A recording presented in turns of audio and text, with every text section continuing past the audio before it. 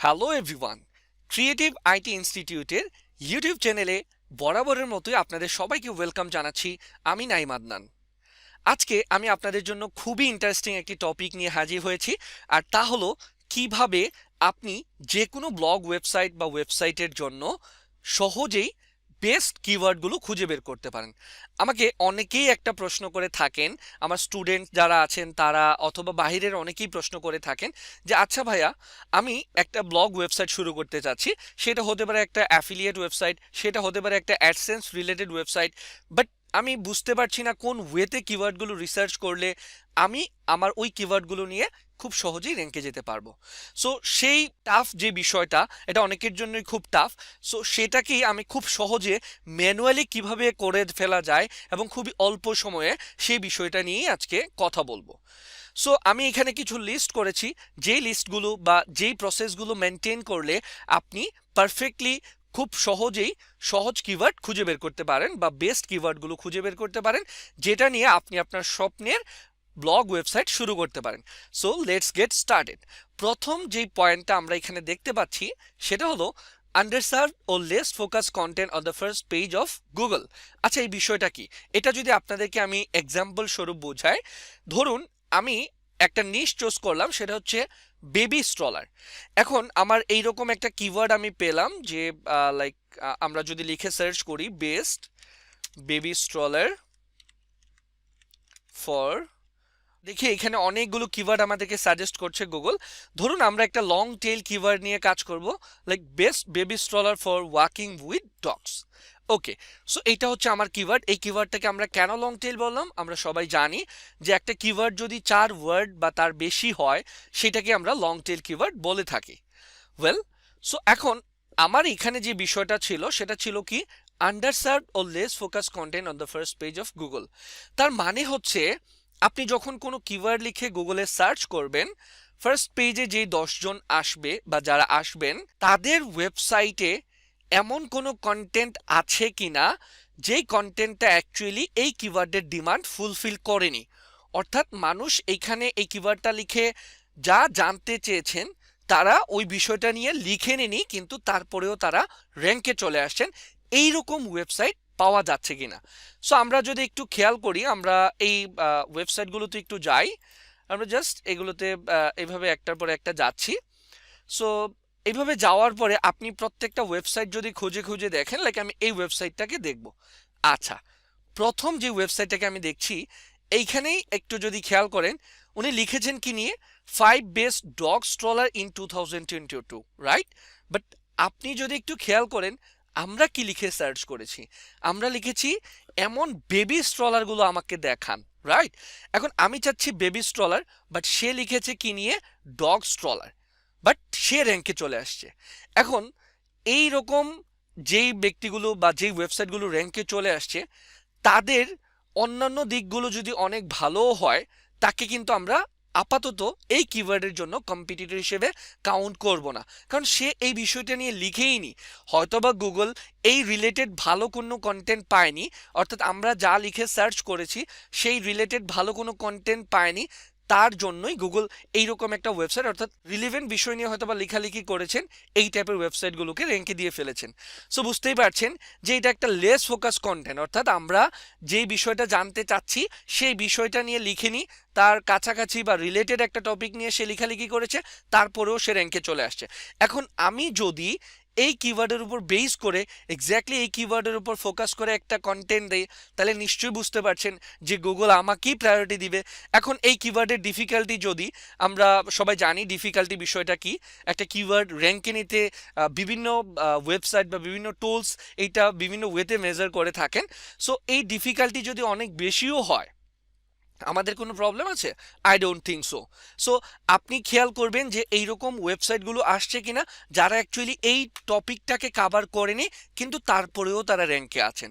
So আমরা যদি এই ওয়েবসাইটটাকে দেখলাম, সেমভাবে আমরা যদি এইখানে দেখি how to train your dog too, না, তারাও কিন্তু দেখেন আমাদের ওই ইন্টেনশন ফুলফিল করেনি বা আমাদের ডিমান্ডটা ফুলফিল করেনি।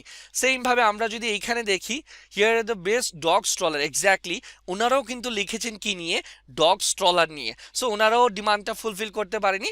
আমরা যদি ওনাকে দেখি বেস্ট বেবি স্ট্রলার, হ্যাঁ উনি কিন্তু আবার আমার স্পেসিফিক ওই টপিকটাকেই কাভার করেছেন এবং আমি যদি দেখি হ্যাঁ মোটামুটি ভালো একটা কন্টেন্ট উনি এখানে প্রোভাইড করেছেন। সো দেখেন আমি এতগুলো ওয়েবসাইটের মধ্যে মাত্র একজনকে পেলাম যে কিনা আমি যা জানতে চাচ্ছি বা আমার কিওয়ার্ডের যে ইন্টেনশন সেই ইন্টেনশনটা ফুলফিল করেছে। তার মানে বাকি যারা আছে তাদেরকে পেছনে ফেলাটা, এই কিওয়ার্ড দিয়ে একটা ভালো কন্টেন্ট দেওয়াটাই আমার জন্য যথেষ্ট। সো বুঝতেই পারছেন যে আমরা এই অনুযায়ী একটা ভালো কিওয়ার্ড পেলাম। ওকে, সেকেন্ড যে বিষয়টা আমার এখানে আছে সেটা হচ্ছে forum or social media site.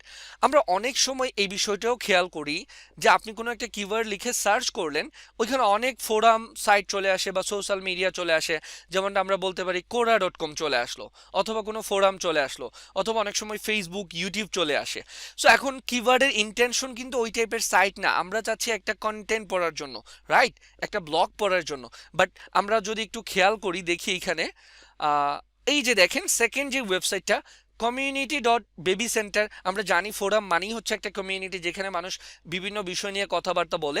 So আমরা যদি এই ওয়েবসাইটটাতে যাই একটু খেয়াল করে আমরা দেখতে পাচ্ছি যে এইখানে কিন্তু কি নেই, কোনো কন্টেন্টই নেই। মানুষ বিভিন্ন বিষয়ে কমেন্ট করেছে, তারাই কিন্তু র্যাঙ্কে হয়তোবা এই বিষয়টা নিয়ে কথাবার্তা বলেছেন, বাট তারা ওই কিওয়ার্ডের উপর ফোকাস করে কোনো কিছু বলেননি, রাইট। সো খুব সহজেই বুঝতে পারছি, দেখেন এখানে সেম ভাবে আমরা আরেকটা সাব ডোমেইন দেখতে পাচ্ছি, দেখি এখানে এক্স্যাক্টলি এইটাও একটা ফোরাম। সো বুঝতেই পারছেন বিষয়টা যে অনেক সময় এরকম লিখে সার্চ করলে বা কোনো কিওয়ার্ড লিখে সার্চ করলে ফার্স্ট পেজে ফোরাম অথবা আমরা যদি বলি সোশ্যাল মিডিয়া ওয়েবসাইট চলে আসতে পারে।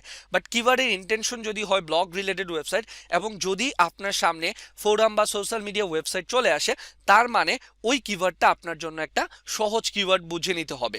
ওই কিওয়ার্ডটা নিয়ে আপনি খুব সহজেই এই টাইপের ফোরাম বা সোশ্যাল মিডিয়ার ওয়েবসাইটগুলোকে পেছনে ফেলতে পারবেন।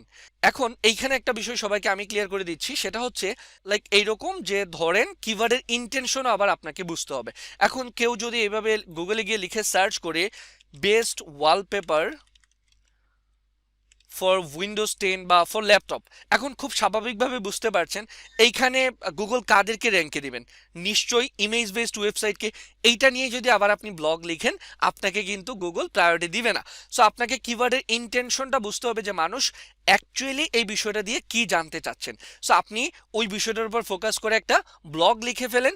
সো সেই ক্ষেত্রে যারাই ফোরাম আসুক না কেন, তাদের ডিএপিএ বা আদার বিষয়গুলো যতই বেশি থাকুক না কেন, আপনার জন্য কিন্তু এই কিওয়ার্ডটা র্যাঙ্কে নেওয়া অপেক্ষাকৃত অনেক বেশি সহজ হবে।